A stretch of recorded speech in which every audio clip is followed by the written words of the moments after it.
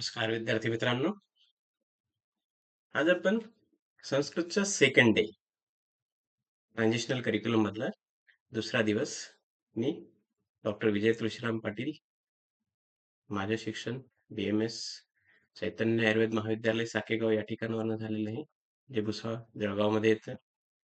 PGDMS Pune विद्यापीठातून Ruby Hall Clinic Pune. MA Sanskrit Sangamner college Sangamner Ahilyanagar. मी 3 कॉलेजेसमध्ये आजपर्यंत काम केलेले. त्याच्यामध्ये पहिलं Ashwin Ayurveda college and hospital Manchi hill Sangamner Ahilyanagar, assistant professor म्हणून त्या ठिकाणी. त्यानंतर असिस्टंट प्रोफेसर म्हणून त्या ठिकाणी MUPS Ayurveda college hospital and research centre Risod Washim या ठिकाणी. त्यानंतर आता assistant professor government Ayurveda college Baramati Pune या ठिकाणी मी काम करत आहे. माझं संक्षिप्त संस्कृत या नावाने बुक पब्लिश झालेलं आहे, जे फर्स्ट इयर BMS साठी त्यांच्या अभ्यासक्रमाला अनुसरून त्या ठिकाणी ते होतं. 5 पुस्तकांचा तो एकत्रित संग्रह होता, ज्यामध्ये आधी विद्यार्थ्यांना 5 पुस्तकांचा अभ्यास करावा लागायचा. तर हे एकाच पुस्तकामध्ये आहे. फाउंडर प्रेसिडेंट राधाई बौद्धिशी संस्था, त्या संस्थेचा मी फाउंडर प्रेसिडेंट आहे. त्यांची त्यांनी संचालित केलेली Macrovision academy, Macrovision broad vision Chopda Jalgaon या ठिकाणी आहे. 1ली ते 12वी इंग्लिश मीडियम स्कूल. त्या ठिकाणी building a strong foundation for success, मुलांमध्ये स्ट्रॉंग फाउंडेशन सक्सेससाठी क्रिएट केलं जातं. त्यासोबतच तुम्ही हा जो वरती लोगो बघत असाल, Atharva academy, transform your potential into reality. Atharva academy ही जी आहे, अथर्व वेद जो आहे आयुर्वेदाचा, त्याच्यावरनं हे नाव घेतलेलं आहे आणि त्याची अकॅडमी हे BMSच्या विद्यार्थ्यांसाठी असलेली अकॅडमी आहे आणि त्याचं अँड्रॉइड ॲप देखील आहे. त्याच्यामध्ये BMSचं tuitions, coachings, guidance, notes, recorded lectures सगळं काही त्या ठिकाणी आहे. हा त्याचा लोगो आहे आणि हे जे आहे ते गुगल प्ले स्टोअरवर असलेला हा लोगो. या लोगोच्या नावासमोर जे अथर्व अकॅडमीचे ॲप आहे ते त्या ठिकाणी BMSचा फर्स्ट इयर टू फायनल इयरच्या विद्यार्थ्यांसाठी आहे. Transforming your potential into reality with doctor Vijay Patil. डिटेल्ससाठी हा इथं व्हॉट्सअपसाठी हा मोबाईल नंबर आहे आणि हा QR कोड जो आहे तो त्या ॲपसाठी आहे. मग आज डे 2 अर्थात या ठिकाणी डे 2 पाहिजे. डे 2 साठी हा प्रोग्राम आहे. यामध्ये पठतु संस्कृतम हे एक शिबिर गीत जे आहे ते दररोज ऐकण्याचं हे गीत आहे. ते एकदा ते गीत ऐकूयात आपण.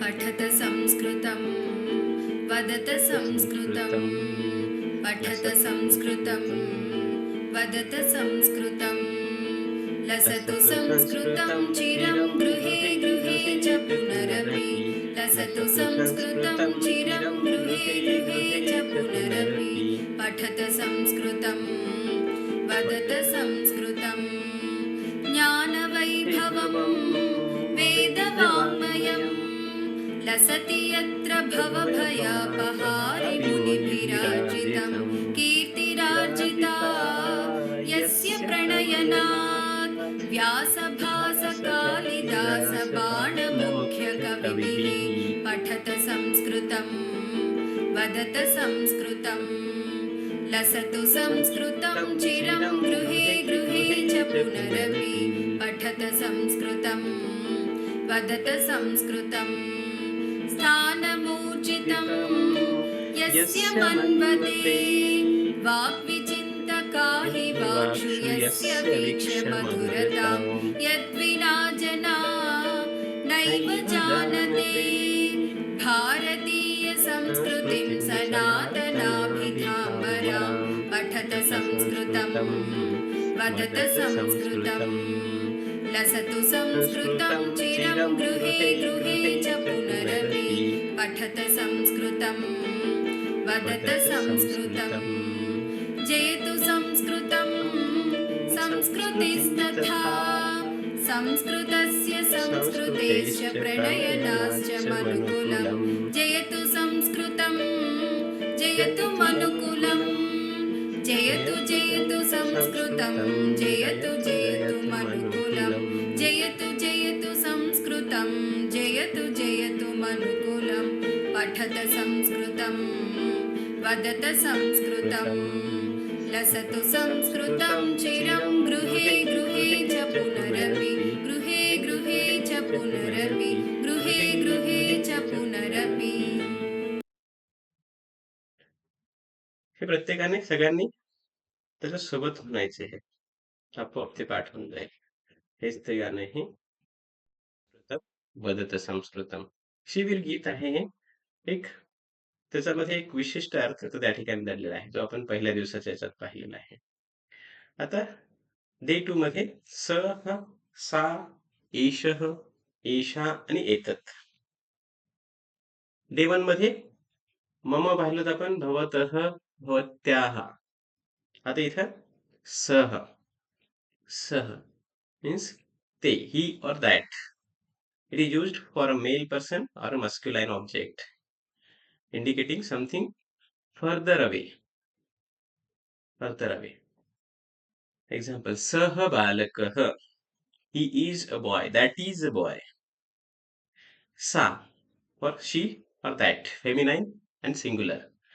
It is used for a female person or a feminine object. For example, Sa balika. She is a girl. That is a girl.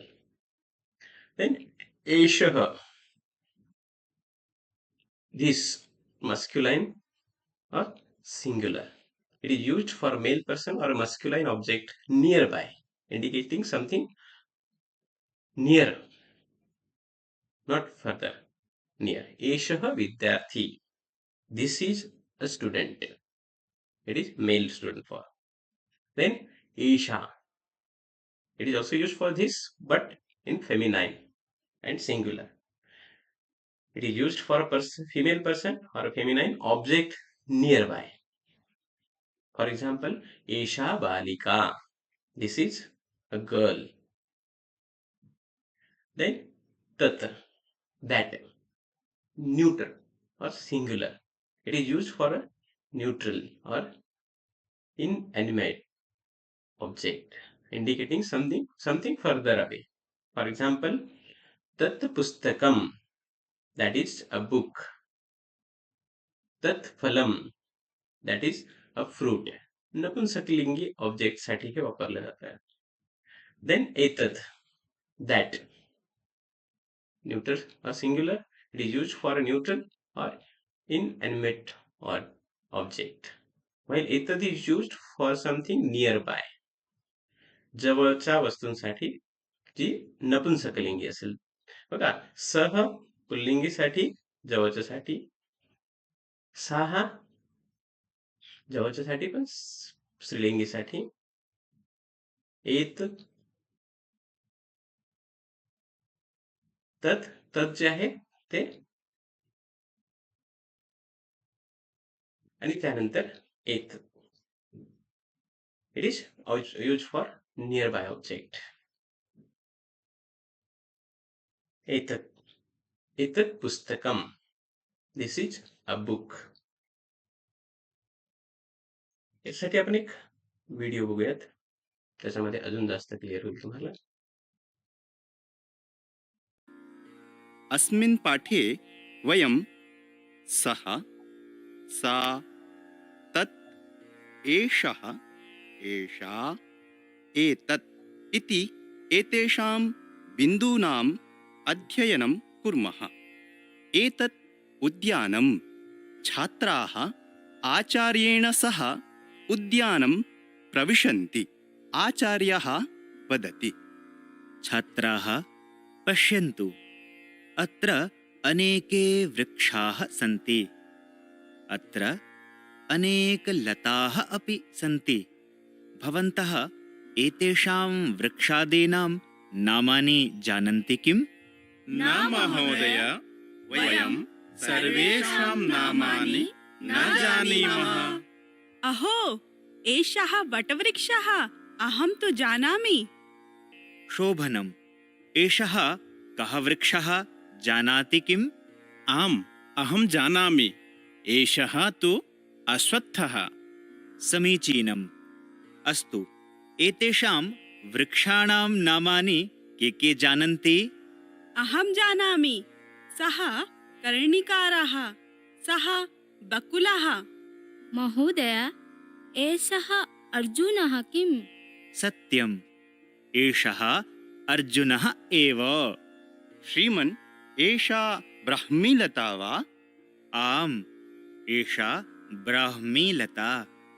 एषा बुद्धिप्रदा भवति। आचार्य, एषा का? एषा कर्पूरहरिद्रा। राधे, किं भवती जानाति एषा का लता? न महोदय, अहं न जानामि। अहं जानामि। एषा लता आत्मगुप्ता। महोदय, एतत् किं फलम्? एतत् हरितकम्। महोदय, किं तत् उदुम्बरफलम्?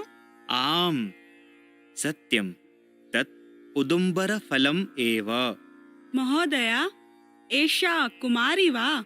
सत्यम्, एषा कुमारी एव। एषा केशवर्धनार्थम् उत्तमा भवति। महोदय, एतेषां नामानि वदन्तु। सः अटरूषः। एषा पिप्पली। एतत् उषीरम्। एतत् पिपासाशमनं करोति। अस्तु, इदानीं भवन्तः एव औषधीनां परिचयं यच्छन्तु। सः कदम्बः। एषः प्लाक्षः। एतत् मधुकम्। एषा समङ्गा। एषा कुमारी। सा जपा। एषा दूर्वा। एतत् आमलकम्। एतत् बिभीतकम्। वटवृक्षस्य अपरं नाम भवन्तः जानन्ति किम्? न जानीमः। कृपया वदन्तु। एतस्य अपरं नाम न्यग्रोधः। एषः एव अस्माकं राष्ट्रियवृक्षः। छात्राः, अहं चिन्तयामि एषा तु पिप्पली। न महोदय, एतत्तु चन्दनम्। एवं वा? साधु साधु, एतत् चन्दनम् एव। सर्वे सम्यक् ज्ञातवन्तः। अस्तु, समयः अतीतः। गच्छामः। श्वः पुनः मिलामः। आम् महोदय, अद्य चलामः। धन्यवादः। एवम् अस्मिन् संवादे वयं सः, सा, तत्, एषः, एषा, एतत् इति एतान् बिन्दून् पठितवन्तः। अग्रिमे पाठे पुनः तर यामध्ये हे आपण अस्ति, नास्ति आणि संति. These are forms of the verb to be used to indicate existence or non-existence. Here is a breakdown. Asti or exist, used to indicate the existence of a singular object, used usually for third person singular. Sah asti, he is or he exists. Pustakam asti, there is a book. Then nasti is not or does not exist. It is used to indicate the non-existence of a singular subject. For example, Saha nasti, he is not, he does not exist. Or Pustakam nasti, there is no book. Then Santi, are or exist. It is used to indicate the existence of a plural object. For example ते सन्ति, they are, they exist. पुस्तकानि सन्ति, there are books. आता याचा आपण एक video बघूयात.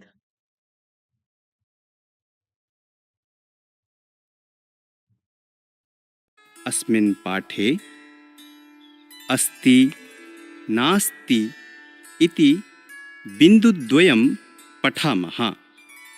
प्रथमम् अस्ति इति पदस्य प्रयोगं पश्यामः.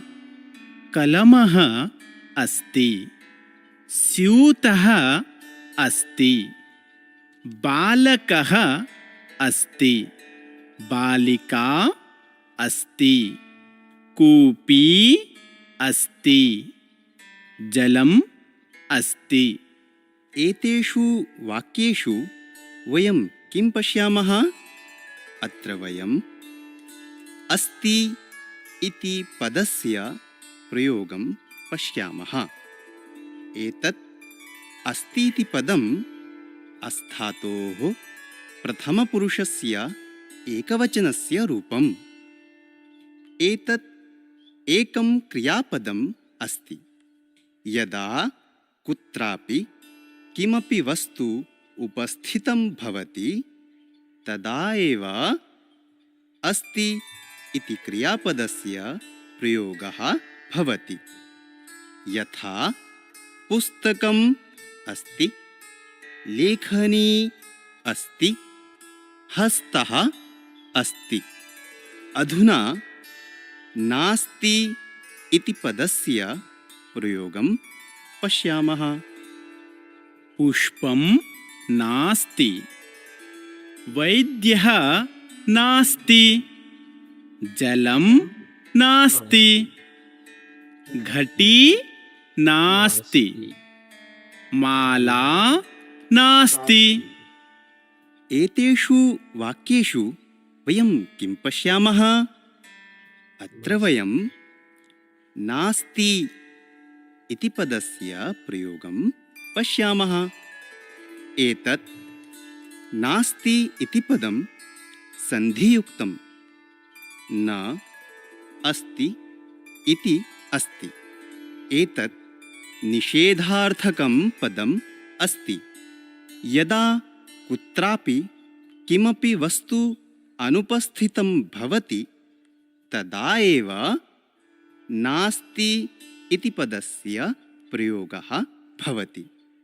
यथा पुस्तकं नास्ति, लेखनी नास्ति, माला नास्ति. अत्र वयम् अस्ति नास्ति इति एतयोः विषये पठितवन्तः. इदानीम् एतयोः पदयोः प्रयोगं ज्ञातुम् एकं सम्भाषणं पश्यामः. आयुर्वेदकक्ष्या अस्ति. शिक्षकः शरीरस्य अङ्गानां विषये पाठयति. सः एकम् अपूर्णं चित्रं प्रदर्शयति. सः तत्र किं किम् अस्ति, किं किं नास्ति इति पृच्छति. अङ्गानां नामानि वयं पठितवन्तः. एतत् शरीरस्य अङ्गानां चित्रं पश्यन्तु. किमेतत् चित्रं पूर्णमस्ति? न, तत् पूर्णं नास्ति, तत् अपूर्णम् अस्ति.